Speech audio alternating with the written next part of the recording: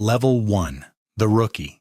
You spawn on the sidewalk outside the precinct with a pressed uniform, a standard issue pistol, and 2 stars waiting to happen.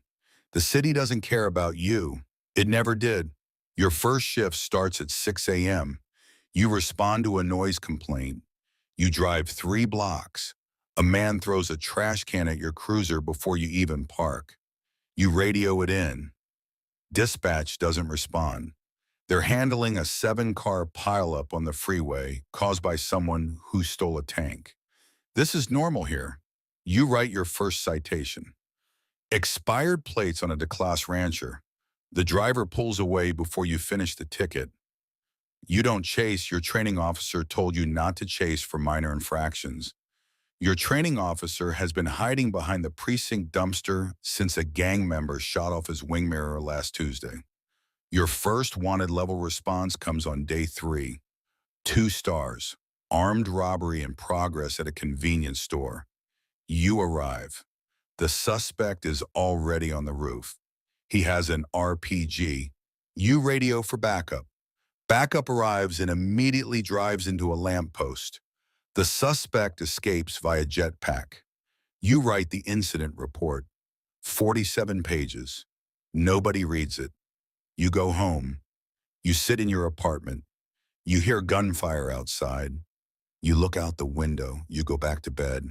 This is the job. Level 2. Patrol Officer. 6 months in. You know the city now. Not the map, the rhythm. You know which intersections collapse into chaos after midnight. You know which neighborhoods will produce 3 bodies before sunrise. You know that the moment a black SUV with tinted windows appears on Rockford Hills, something federal is about to go sideways and your department will be told nothing about it. You've been shot at 14 times. You've been hit twice. The body armor absorbed both. You filed the paperwork. Internal Affairs flagged your report for using too many adjectives. Your cruiser has been destroyed 11 times this month. The department replaces them without comment. There is a man at the impound lot who has never once made eye contact with you.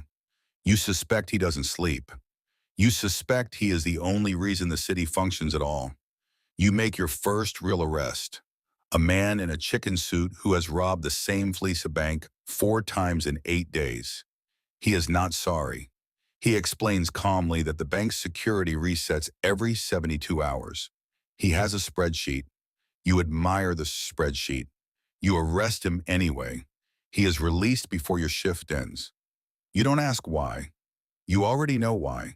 You stop asking why around month 4. That's when the job changes from something you do into something that happens to you. Level 3. Senior Patrol Officer. You've been here 2 years. You've seen things that would end a lesser person. You watched a man survive a fall from the Maze Bank Tower. You watched him stand up, dust off his jacket, and steal a bicycle. You processed the scene. There was no scene. There was just a crater and a bicycle missing from a rack 12 feet away. You've learned the hierarchy of threats. 1 star means someone called about you. 2 stars means you touched the wrong car. 3 stars means helicopters. 4 stars means the kind of helicopters that don't appear on any official registry. 5 stars means the military has been authorized, and you should consider whether your dental records are current. You've been inside the 5-star response once. You don't talk about it. You're training a new recruit now. He is enthusiastic. He believes in the system. He used the phrase protect and serve without irony on his first day. You don't correct him. That hope is the only thing keeping his reaction time functional. The moment it dies, he starts hesitating. Hesitation in this city is a cause of death. You take him to the harbor. You show him the shipping containers. You explain that roughly 40% of them contain things that should not be in a functioning city, and that your job is not to open the containers. Your job is to make sure nobody sees anyone opening the containers. He asks who owns the containers. You drive away without answering. He doesn't ask again. Level 4. Detective. They move you off patrol. You're inside now. Plain clothes, cold cases, organized crime, the kind of investigations that don't have clean endings. Your first case is a counterfeiting operation running out of a print shop in Strawberry. You spend 3 weeks building the case. Surveillance photos, financial records, 2 confidential informants. You take it to your lieutenant. Your lieutenant looks at the file. He looks at you. He closes the file.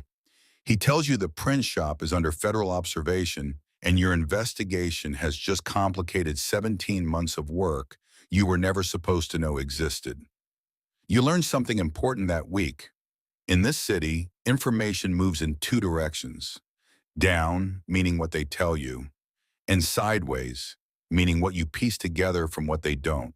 You get better at sideways. Your next case is a missing persons report.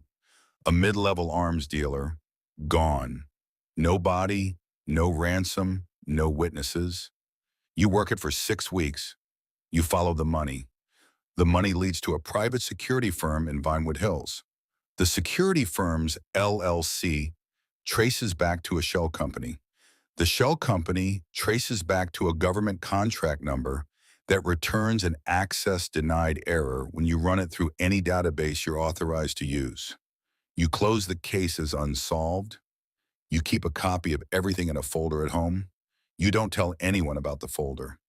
Level 5, Sergeant. You run a unit now, 8 officers. You are responsible for their decisions, their mistakes, their futures. The city has gotten worse. Or maybe you understand it better now, which produces the same feeling. There is a crew moving through the financial district. Professional, coordinated. They hit armored trucks with the kind of tactical precision that suggests military training or excellent YouTube tutorials. They've taken $2.3 million in 6 weeks. No prints, no plates, no witnesses willing to talk. You work the case yourself. You pull every traffic cam within 4 blocks of each hit. You identify a pattern. Same window, same duration, same exit route variation that suggests someone with surveillance counter training. You get a partial plate, you run it. It comes back registered to a government fleet vehicle. You sit with that information for 3 days before you decide what to do with it. You file a report that describes progress on the investigation without mentioning the plate. That night, someone leaves a folded piece of paper under your windshield wiper. It says, "Smart."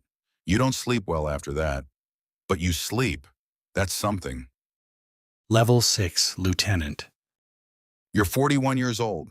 You've given 15 years to this department. You run 3 units, manage a budget, approve operations, sign off on use of force reports. You've stopped being surprised by anything. A helicopter crashes into the precinct roof on a Tuesday. You authorize the repair paperwork before the smoke clears. An entire witness protection convoy disappears between the airport and the safe house. You manage the debrief. A man somehow drives a submarine up the Los Santos River and parks it outside City Hall. You write the incident classification as vehicle-related disturbance and move on with your day. But something is changing at the top. You feel it. Resources are being redirected. Cases you expected to prosecute are being quietly shelved. A federal liaison named Merriweather keeps showing up to briefings he wasn't invited to. Nobody tells him to leave. That tells you everything. You've read enough of this city to know what that means. Something larger is in motion. Something that doesn't need your department to succeed. It just needs your department to stay out of the way. You decide to stay out of the way. You go home. Your kid asks if you caught any bad guys today. You tell him yes, you're not entirely lying. Level 7, The Ghost. You retire after 20 years. There's a small ceremony, cheap cake. Someone gives a speech. Your name is spelled wrong on the plaque. You move to a quiet neighborhood in Palato Bay. Far from the city, far from the sirens, far from the containers you were never supposed to open. You fish in the mornings, you watch the news. You recognize case names that were never made public. You recognize faces in background footage that were never identified. You understand now fully what the city actually is. Not a place you were protecting, but a machine you were lubricating, keeping the pressure just low enough that the whole thing didn't explode. Somewhere downtown, a new recruit is stepping out of the academy in a pressed uniform. The city is waiting. It always is.